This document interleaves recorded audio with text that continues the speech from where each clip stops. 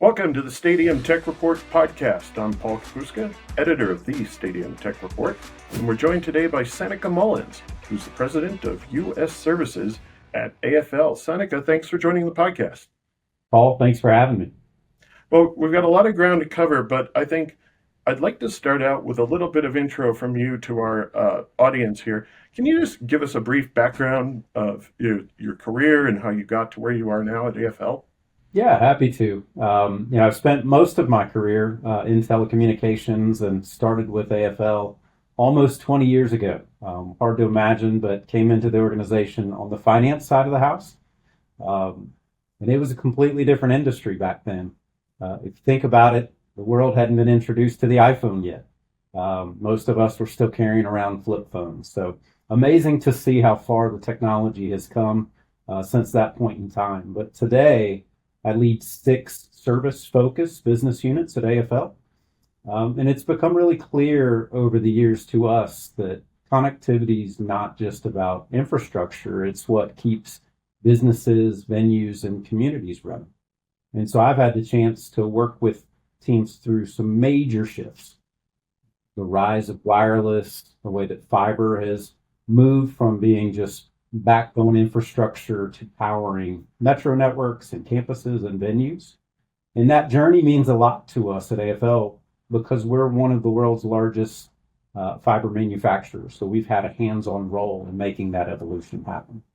My focus has always been on combining AFL's global manufacturing strength with our service expertise such that we deliver truly end-to-end connectivity solutions. When we think about the industry shifting from a voice first to a data driven, that evolution has really shaped how we support our customers, building networks that aren't just reliable today, but ready for what's next.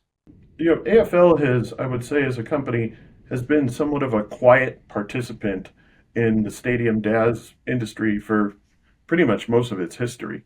But when you look at the recent acquisition of DGP, in the light of the previous acquisitions that AFL made of OTS and Beam Wireless, it seems like the company has been planning for some time to become more of a full service provider. Can you talk a little bit? Was that always a plan, or is it something that evolved over time? Yeah, I think it's been a deliberate strategy. It certainly evolved over time. They weren't just opportunistic, but were part of a plan to build a complete solution to serve the market. And when you think about OTS, they brought decades of execution with the carriers and the venues. Beam added engineering and program management expertise, and DGP brought a proven track record in the venue-owned DAS model with some of the most iconic stadiums in the world. And so when you layer that onto AFL's global manufacturing strength and those resources, you get a provider that can design, can build, and support end-to-end connectivity at any scale. And so our approach has always been about delivering value through capability, not just visibility. That's a great explanation. As we reported in our recent DAS market report, the landscape for venue DAS is in a time of, I would say, great upheaval. And I don't think that's an exaggeration, especially from business model standpoints. But can you explain why a venue-owned DAS makes more sense these days? And maybe what does it actually mean for a venue to own the DAS? Sure. Yeah, you guys nailed it in terms of the description of the current landscape. The economics have certainly shifted. Right? Carriers aren't investing in DAS the way that they once did. At the same time, venues have realized that connectivity is central to the fan experience and their brand. So owning the DAS means that the venue takes responsibility for their infrastructure. They control it, how it's managed, upgraded, and monetized. So it really is about aligning the network with the venue's business goals, not just the carrier priorities, and treating connectivity as a strategic asset that can enhance the fan experience, it can create new revenue streams, and really future-proof the venue for years to come. Seneca, would you say there's still some education needed in the marketplace about a venue-owned DAS approach? I mean, do some venues out there still think they're going to get a network for free and maybe have Wi-Fi thrown in? Or would you say the majority now is aware of the new carrier environment and looking for guidance on how to move forward? No, I think you're spot on. There's definitely still education required. I think there's still a few venues that hold out hope that a carrier will come in and build them a network for free, maybe throw Wi-Fi in. But that model worked for the better part of a decade, but the market matured and carriers are more selective now, and they're very focused on their return on investment. So I think the larger venues understand this shift, but at the mid-market level, there's still a need for guidance. And so I think that's where AFL comes in. We don't just design and build the systems, we help venues understand the business case, the carrier environment, and what options are available such that they can make informed long-term decisions. That leads me sort of in the next line of questioning, which is, does the current environment still allow for a DAS relationship to be a revenue producing element for venues? And what are maybe some of the new revenue streams beyond just the straight access rent, as it's been called? Yeah, so absolutely. It's not just about charging carriers rent any longer, right? So the venue can create revenue through value add services for tenants, possibly through premium fan experience, certainly through some sponsorship activations, and then by integrating the DAS into their broader smart venue strategy. So that might mean powering advanced digital experiences that support the retail and concession transactions or enabling new security technologies. So when we think about it, a well-designed DAS can be a platform for both innovation and monetization. When we cover DAS stories, the Super Bowl projects that we write about, they're fun to write about and they're fun to see all the big numbers, but they really don't play by the same budget rules as the rest of the venue world. Can you talk a little bit about DAS for smaller venues? And I don't mean real small, but I mean non-Super Bowl size, like baseball stadiums, arenas, your colleges, and down the line maybe to like a 5,000 seat auditorium. Is there still a role for DAS as a revenue producer in those types of venues? And can a small venue own a DAS in the same way a big stadium does? It can, and I believe it's really for all size stadiums. I do think the model can scale down. It's not just for those marquee NFL Super Bowl type venues. The smaller venue, whether it's a 10,000 seat college campus arena or a minor league baseball park, for example, they can benefit as well. They may not see the carrier rent, but they can still take control of their connectivity, enhancing that fan experience and really utilizing their network as a competitive differentiator. So we really specialize in right sizing those solutions. We've proven we can build it for football's biggest game of the year, but we also can tailor that design for a campus, mid-market arena, because the principles are the same, right? Ownership gives them flexibility, control, and opportunity.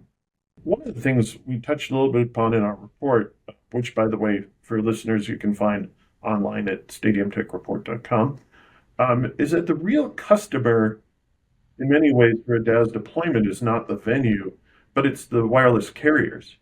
And I don't think you can understate the importance of having a good, close relationship with carriers. And can you talk a little bit about the background, how AFL got its relationship with the carriers, what it's like now, and how it sets AFL apart? Yeah, absolutely. Carriers are critical. At the end of the day, they're the ones that are delivering the actual service to the fans. So having their support and buy-in is essential. And so part of what sets AFL apart is that much of our leadership roster spent years on the carrier side. So we understand their priorities, we understand their economics, we understand their technical requirements. And so that credibility allows us to bridge that gap. We are a trusted partner for the carriers while also being a trusted advisor to the venue. And that dual role is very rare. And that allows us to craft those solutions that produce a win for both sides. So what you're saying is AFL is the company that solves the arguments. You said it well, Paul. Um, AFL has recently announced, following the acquisition of DGP, I know a lot of the DAS deals were, terminating or coming to an end.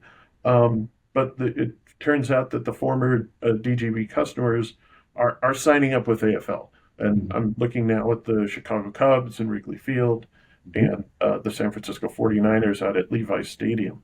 Can you start maybe just by talking about what those votes of confidence say for AFL's new strategy? It's incredibly validating. When you look at a world class venue that has trusted DGP and chooses to continue to move forward with AFL, it shows confidence not just in the model, but in our ability to deliver that model.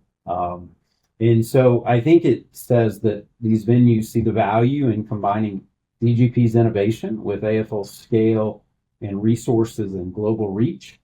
And, for us, I think it's momentum. I think it says to the market that AFL is here to stay. We see DAS as critical to our growth strategy, and we're doubling down on that. And that we're committed to helping venues of all sizes unlock the full potential of their connectivity. Is it a little bit different too, in the new environment? Because as I said before, AFL I think did a very good job of sort of staying in the background and being, the team behind the team, if you will. But now, a high profile place like Wrigley Field, and you've got the Super Bowl coming up. What's different for from an AFL point of view about how you go into there now, right? You're now a fully fledged partner. Is there more pressure? Is there more work? Is there, sort of a different skill set you need to bring to the game? I think we're squarely on everybody's radar at this point, where we probably operated a little bit, stealth in the past. But I don't think it changes anything in terms of how we have delivered and executed. I think what it says is we have a message that deserves to be shared with a broader audience. And so we've tried to take steps to be very intentional in promoting that message and sharing that. And I think the response has been that these prospective clients see the success that has occurred in some of these iconic brands and franchises. They see the differentiation that's occurred, and it's giving them some conviction to explore that in the venue owned model in ways that perhaps they haven't done before. Yeah, one of the other topics we touched on in our report was just the fact that I noticed, having covered this field pretty much since its inception, is that we seem to be at another inflection point in terms of technologies. You've got 5G coming on board. You've got mid-band. You've got a whole new raft of antennas from companies like Matsing, Galtronics, and others that are allowing you to put antennas in places maybe you wouldn't even thought about before. What do you see when you crystal ball out? Is this an exciting time? Is it a time for everybody to sort of learn and try new things out? I mean, it's got to be kind of fun, right?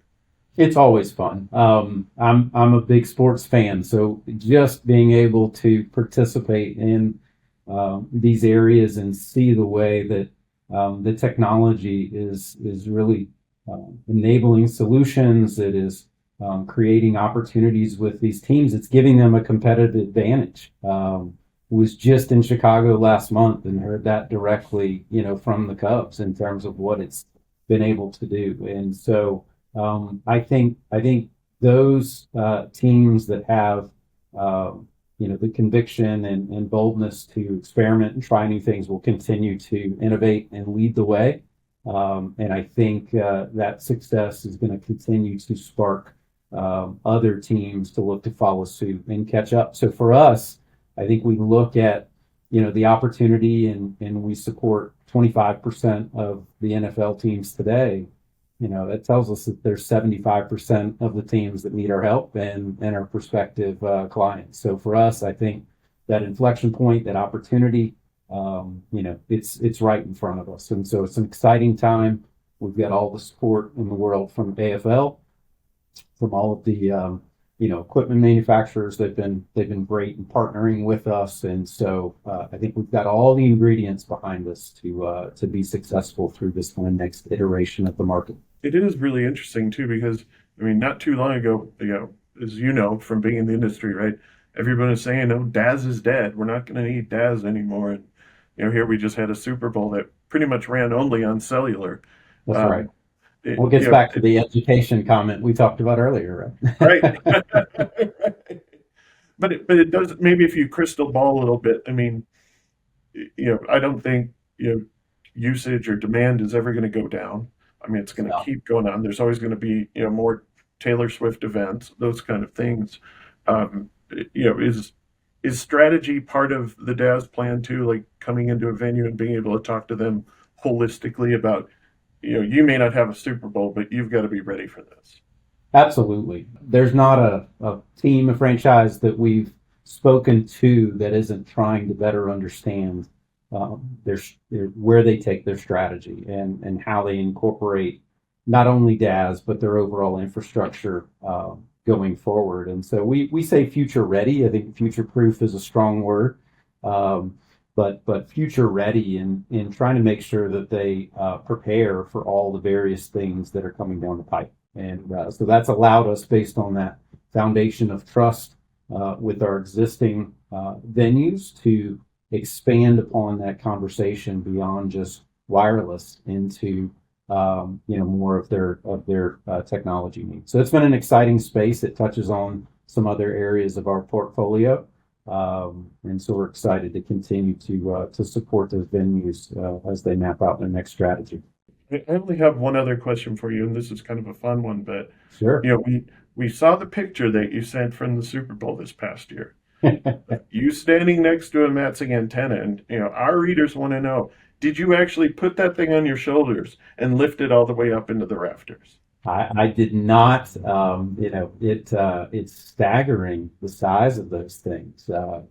Couldn't believe. I think at the time we had maybe 10 in our warehouse, and then when we got to the staging area in New Orleans, it's just something to behold, to walk up next to an antenna and it be, as wide and tall as you are. And so was a great photo op, but no, needed some assistance to get it up safely and securely, and thankful that we had all the right tools and expertise to do that. But it's amazing to see the technology firsthand, and just to be there to support our great teams who are delivering these solutions and every day. It's a blessing, a privilege.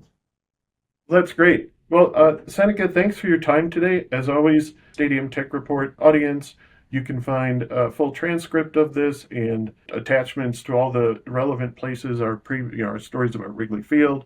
We'll have some coming up this fall from Levi's Stadium, getting ready for the next Super Bowl, which Seneca will be back there Ready to hooking go. up antennas and connecting wires and all that good stuff. But Seneca, thanks for joining us today. Appreciate the time. It's my pleasure, Paul. Thanks for having me.